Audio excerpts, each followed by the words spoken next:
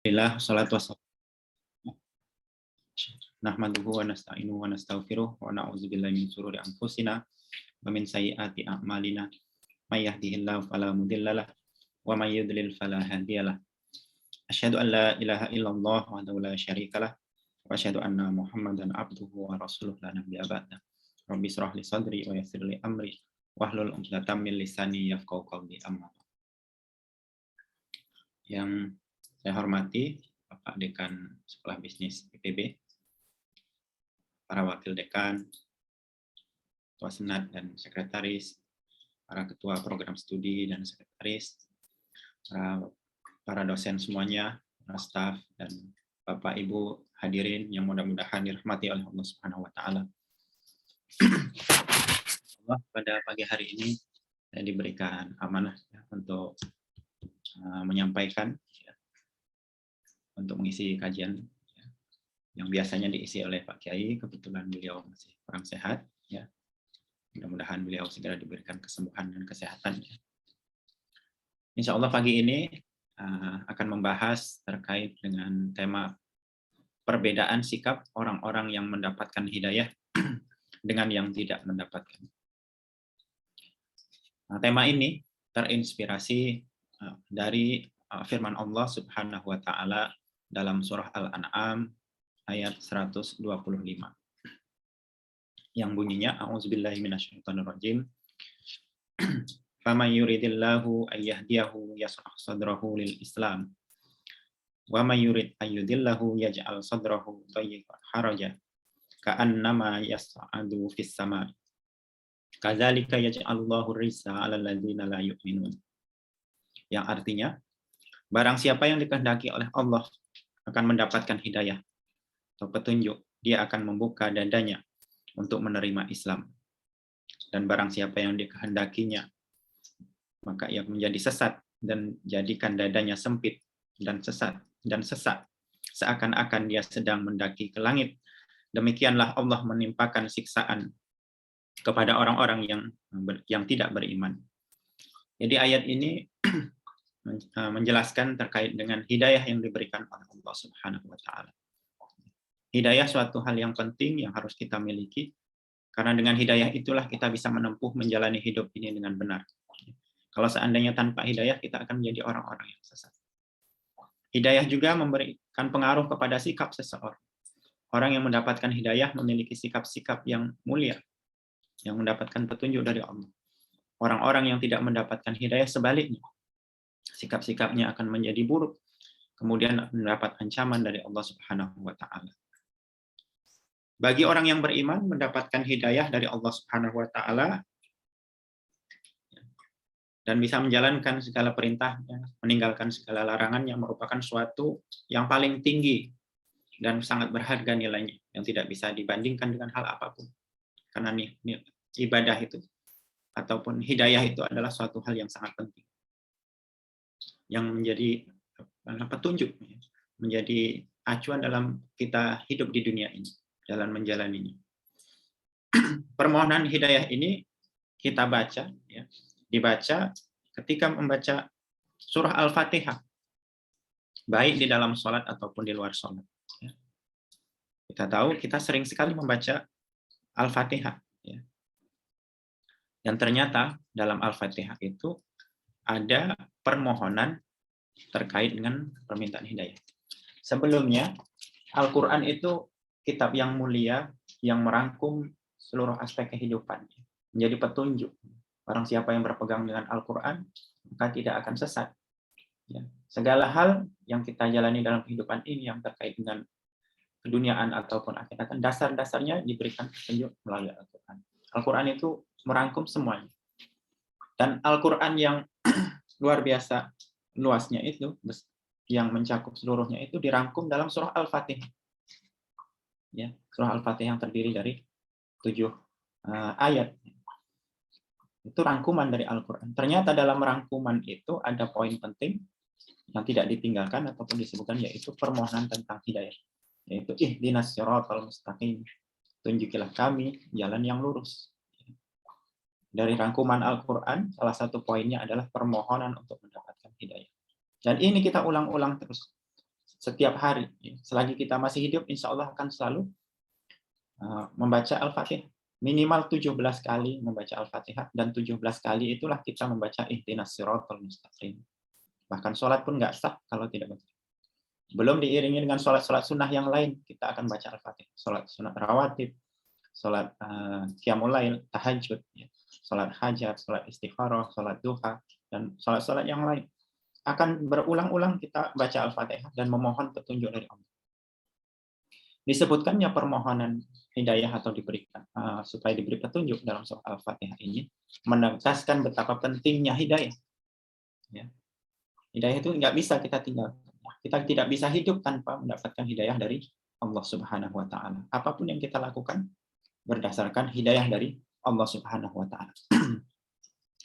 Di antara tafsir dari ayat Ihdinas Siratal Mustaqim itu menjelaskan sabitna ala dinil Islam. Teguhkan kami di atas ajaran agama Islam. Jadi Ihdinas Siratal Mustaqim itu permohonan kita supaya diberi hidayah oleh Allah Subhanahu wa Ta'ala, supaya kita istiqomah, supaya kita teguh dalam menjalani hidup ini berpegang dengan ajaran agama Islam. Agama yang kita anut, bukan hanya kita, tapi kita amalkan. Bukan hanya sebatas kepercayaan, tetapi keyakinan yang diiringi dengan amalan-amalan. Itu yang selalu kita ulang-ulang permohonan hidayah. Kemudian, tetapi harus kita sadari bahwa hidayah dari Allah Subhanahu wa Ta'ala yang begitu tinggi dan sangat berharga itu tidak datang dengan sendirinya. Namun dibutuhkan kesungguhan dan usaha yang maksimal untuk menjemputnya. Artinya apa? Kita tidak bisa berdiam diri supaya diberi hidayah oleh Allah Subhanahu wa Ta'ala. Ya. Mungkin pada orang-orang tertentu yang dipilih oleh Allah akan diberikan hidayah. Tapi bagi secara umumnya hidayah itu harus kita usahakan.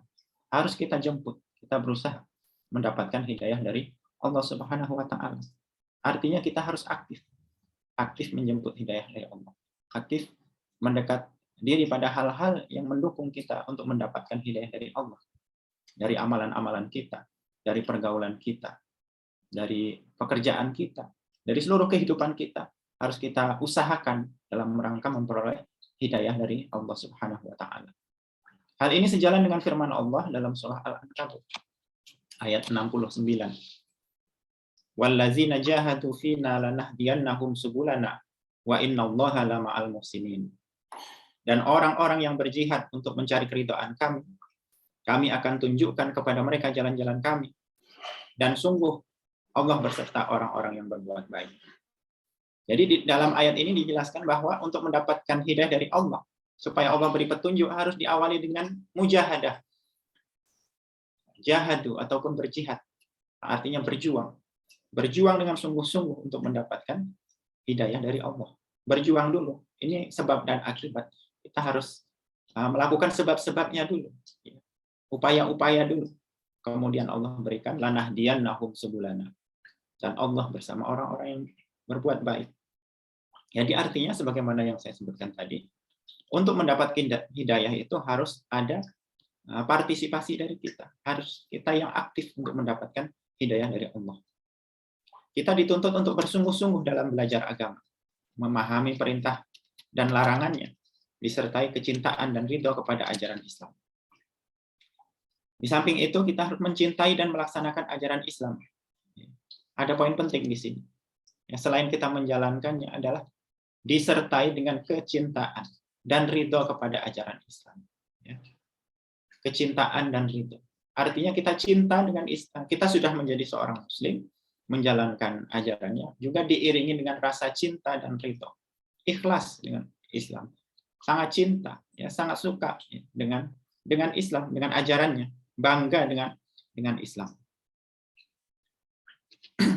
Berusaha memahami Islam dengan baik, meningkatkan kualitas dan kuantitas amal soleh kita. Baik dalam hal ibadah maupun dalam hal muamal. Jadi terus-menerus kita usahakan untuk meningkatkan kualitas dan kuantitas amal soleh kita. Hal ini sejalan dengan hadis Nabi SAW. May yuridillahu bihi khairan yufaqihu fiddin. Rasulullah SAW bersabda, siapa yang Allah kehendaki kebaikan baginya, Allah pahamkan atasnya perihal agama. Jadi dalam rangka menjemput kebaikan-kebaikan dari Allah Subhanahu wa taala, hal yang harus kita lakukan di antaranya adalah kita menjadi faqih, harus meningkatkan kefahaman kita kepada ajaran kita, kepada ilmu-ilmu Allah, ilmu-ilmu agama. Harus terus kita tingkatkan. Tidak ada batasan waktunya. Sepanjang hidup kita terus meningkatkan ilmu kita, meningkatkan kepahaman kita. Tidak dibatasi oleh apapun ya, karena dalam Islam itu konsep menuntut ilmu itu madal hayat, tulal hayat, sepanjang hidup ya. Minal mahdi ilal lahdi, dari buayan sampai ke liang lahat. Sudah innalillah nanti ya, baru berhenti menuntut ilmu. Jadi jangan sampai usaha untuk menuntut ilmu, terutama untuk meningkatkan kepahaman kita kepada agama kita, ajaran agama kita yang mulia ini, jangan sampai dibatasi oleh hal-hal keduniaan. Misalnya merasa sudah sekolah, sudah selesai sekolah, berhenti belajar. Sudah kuliah, selesai kuliah, berhenti. Ya.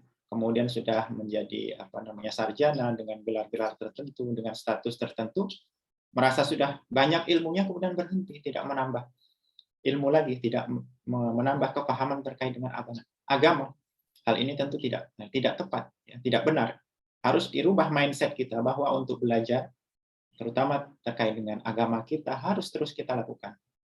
Ya, minimal kalaupun sudah tahu, ya, itu akan menjadi mengingat kembali, karena manusia itu sifatnya lupa. Ya, bisa menambah motivasi lagi. Artinya terus belajar. Karena orang yang mempunyai mindset ingin belajar itu akan mendapatkan kebaikan-kebaikan. Tetapi orang yang sudah merasa cukup ataupun sombong, misalnya merasa ilmunya sudah tinggi, itu sudah tidak bisa menerima hal-hal kebaikan, tidak menerima nasihat, tidak bisa menerima masukan, akhirnya ya menjadi tidak ada perubahan, tidak ada peningkatan. Ya. Dan di sini dari hadis ini Allah janjikan ya, atau Rasulullah janjikan ya, kalau Allah menghendaki kebaikan maka harus kita tingkatkan kefahaman kita kepada agama. Kefahaman kita kepada agama yang baik mendatangkan kebaikan-kebaikan. Kenapa kebaikan-kebaikan? Karena dalam hadis ini menggunakan kata khairan. Khairan itu dalam bahasa Arab nakirah. Nakirah itu artinya tidak terbatas, banyak. Jadi kebaikan yang banyak yang kita dapatkan ketika kita memahamkan terhadap ajaran agama. Hal ini juga sejalan dengan sabda Nabi yang lain. Zakota mal imani man radiya billahi rabba wa bil islami dina wa bi Muhammadin rasulah. Akan merasa kelezatan iman orang yang ridho kepada Allah dan Rabb-Nya, dan Islam, Allah sebagai Rabb-Nya, dan Islam sebagai agamanya, serta Nabi Muhammad sebagai Rasul-Nya. Ini juga menjelaskan kepada kita bahwa ketika kita ingin mendapatkan kemanisan iman, kita bahagia dengan keimanan kita, kita nyaman dengan keimanan kita cinta dengan keimanan kita, adalah ketika kita ridho dengan Allah sebagai Tuhan kita. Kemudian kita ridho dengan Islam sebagai agama kita, dan juga ridho sebagai Nabi Muhammad sebagai Rasul-Nya. Ini baru kita bisa mendapatkan derajat ataupun tingkat ya, mendapatkan kemanisan iman. Apakah mungkin orang Islam nggak ridho kepada Allah? Ada yang nggak ridho dengan agamanya Islam? Ya mungkin saja. Seorang Muslim mungkin saja dia tidak ridho ya. Selalu misalnya tidak bersyukur kepada Allah, menyalahkan takdir Allah, ataupun tidak bangga, tidak suka dengan keislamannya. Islam tapi tidak bangga dengan keislamannya, mungkin saja. Ataupun Islam tapi tidak suka dengan Nabi Muhammad, ataupun dengan ajaran-ajaran, itu sangat mungkin. Makanya kalau kita ingin mendapatkan derajat sampai kemanisan iman, maka kita harus mencintai ya, dengan ridho dengan Allah, dengan Islam dan Nabi Muhammad. Berikutnya, sebaliknya, orang-orang yang tidak mendapatkan hidayah dari Allah Subhanahu wa taala karena sikapnya yang sombong. Jadi tidak mendapatkan hidayah itu karena sikapnya. Bukan Allah tidak mau memberi, tapi karena sikapnya yang sombong, takabur, maka ia akan terjerumus kepada kesesatan. Orang yang tidak mendapatkan hidayah dari Allah dalam hidupnya akan sesat. Ya, ini sudah sebagaimana digambarkan dalam surah Al-An'am ayat 125 yang saya bacakan di awal tadi. Ya. Bahwa orang yang sesat itu hatinya sempit, tidak merasa nyaman dengan ajaran Islam. Hatinya sempit, tidak nyaman dengan ajaran Islam. Apa saja yang berkaitan dengan ajaran Islam selalu dihujat. bahkan dijelek-jelekkan. Tidak bangga dengan ajaran Islam. Bahkan saking bencinya dengan ajaran Islam, tidak mau menerima ajaran Islam, seolah-olah ia menghadapi hal-hal yang berat dan yang sulit. Seolah-olah kalau dianalogikan dalam ayat tersebut, seperti sedang naik ke langit tanpa alat. Itu bikin susah. Jadi ada orang-orang yang jenis seperti ini. Tidak suka dengan ajaran Islam, suka merendahkannya, tidak bangga, bahkan benci. Hal-hal yang berbau dengan syariat Islam dibenci. Sudah tidak menjalankan, benci lagi. Ya minimal kan kalaupun tidak mampu melakukan, ya jangan membencinya. Tapi ada ternyata orang-orang yang tidak mendapat hidayah, benci dengan syariat Islam. Ini banyak yang berlaku di masyarakat. Tidak suka dengan hal-hal yang berbau Islam. Tidak suka dengan hal-hal yang menampilkan syariat Islam. Ya, selalu dimusuhi, kalau bisa dihilangkan. Jangan ada tanda-tanda tidak suka dengan syiar-syiar Islam. Misalnya yang nggak suka suara azan misalnya.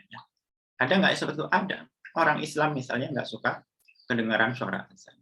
Ya, itu kan aneh sekali. Harusnya kan bangga. Azan itu kan salah satu syiar Islam. Harusnya kita itu bangga ketika ada syiar Islam yang kita dengar ataupun kita lihat. Misalnya ada juga orang yang nggak suka dengan jilbab.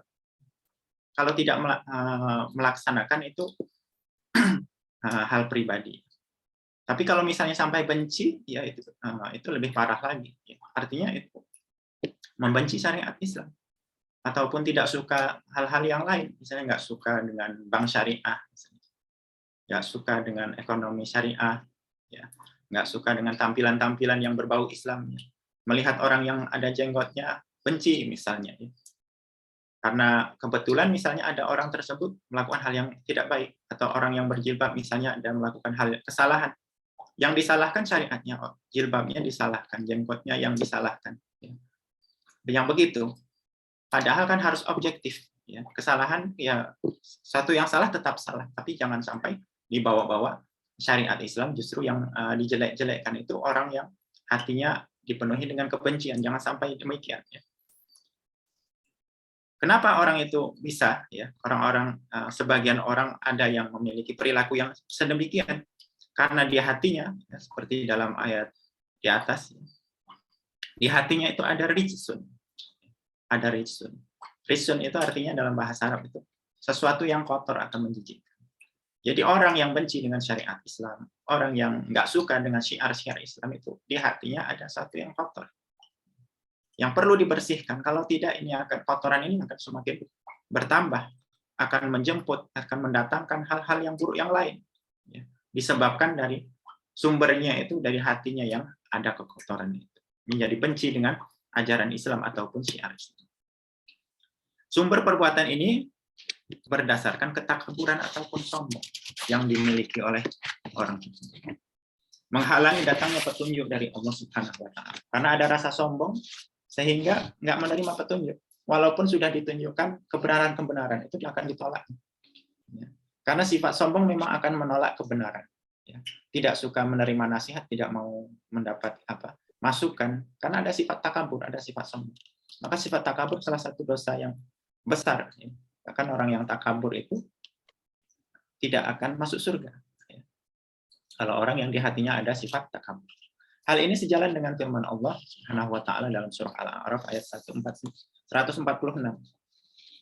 Sa'asrifu an ayati allazina yatakabbaruna fil ardi bighairil haqq wa iyaraw kulla ayatin la yu'minu biha wa iyaraw sabilar rusydi la yattakhizuhu sabila wa iyaraw sabilal ghayyi yattakhizuhu sabila dzalika bi annahum kazzabu bi ayatina wa kanu anha ghafilin. Yang artinya, aku akan palingkan dari tanda-tanda kekuasaanku orang-orang yang menyombongkan diri di bumi tanpa ada alasan yang benar. Kalaupun mereka melihat setiap tanda kekuasaanku, mereka tetap tidak akan beriman kepadanya. Dan jika mereka melihat jalan yang membawa kepada petunjuk, mereka tidak akan menempuhnya. Tetapi jika mereka melihat jalan kesesatan, mereka menempuhnya. Yang demikian adalah karena mereka mendustakan ayat-ayat kami, dan mereka selalu lengah terhadapnya. Ini. Jadi dalam ayat ini jelaskan, orang-orang yang memiliki sifat takabur itu susah mengikuti yang baik-baik. Dengan kebaikan itu alergi, ya, nggak suka, nggak mau menjalankan, bahkan memusuhinya. Nggak suka melihat hal-hal yang baik ataupun yang sesuai dengan ajaran Islam atau sesuai dengan syariat Islam. Tapi kalau melihat kesesatan, mereka menempuhnya. Mudah sekali dengan mengikuti hal-hal yang sesat ataupun hal-hal yang buruk. Ini sudah digambarkan oleh Allah Subhanahu wa taala melalui ayat ini.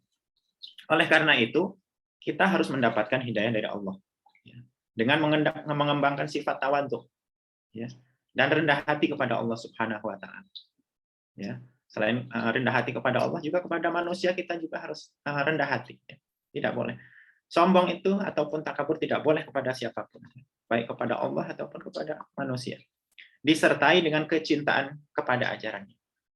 Harus kita tingkatkan kecintaan kita kepada ajaran Islam, kepada agama Islam. Juga disertai dengan terus berdoa memohon kepada Allah Subhanahu wa taala dengan doa seperti yang diajarkan di dalam Al-Qur'an dalam surah Ali Imran ayat 8 sampai 9.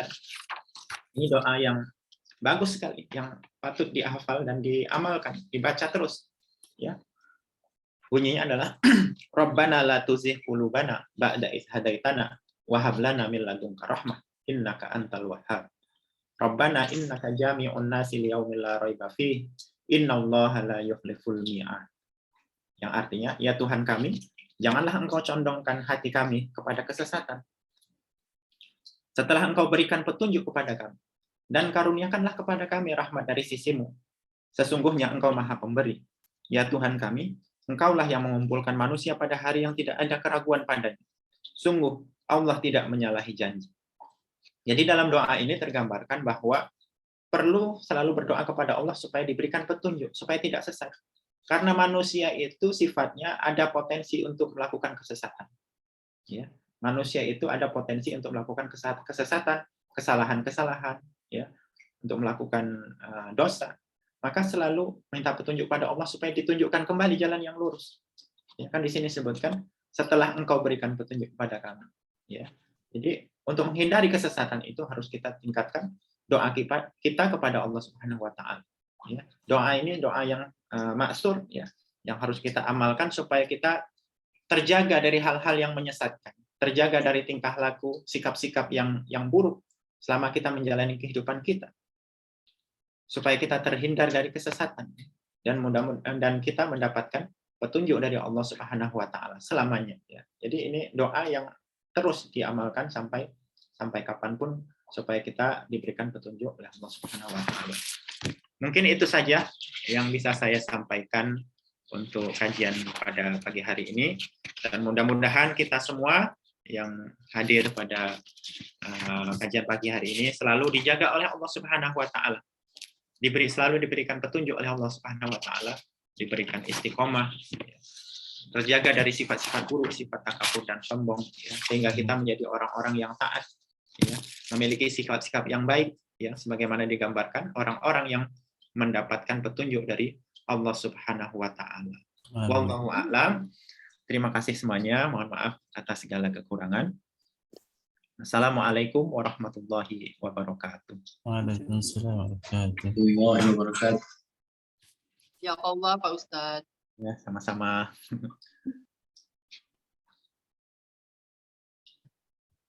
Terima kasih Pak Ustadz. Sama-sama. Pak Ustadz. Pak Ustadz. Jazakallah khairan.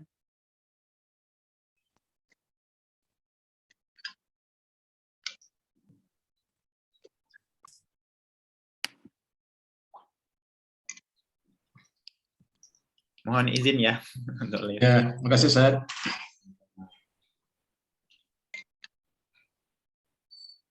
Ada yang mau bertanya ya? Ya silakan.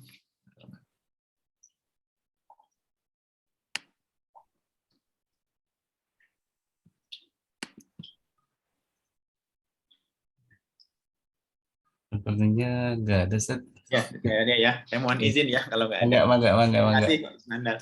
Ya. Mohon izin.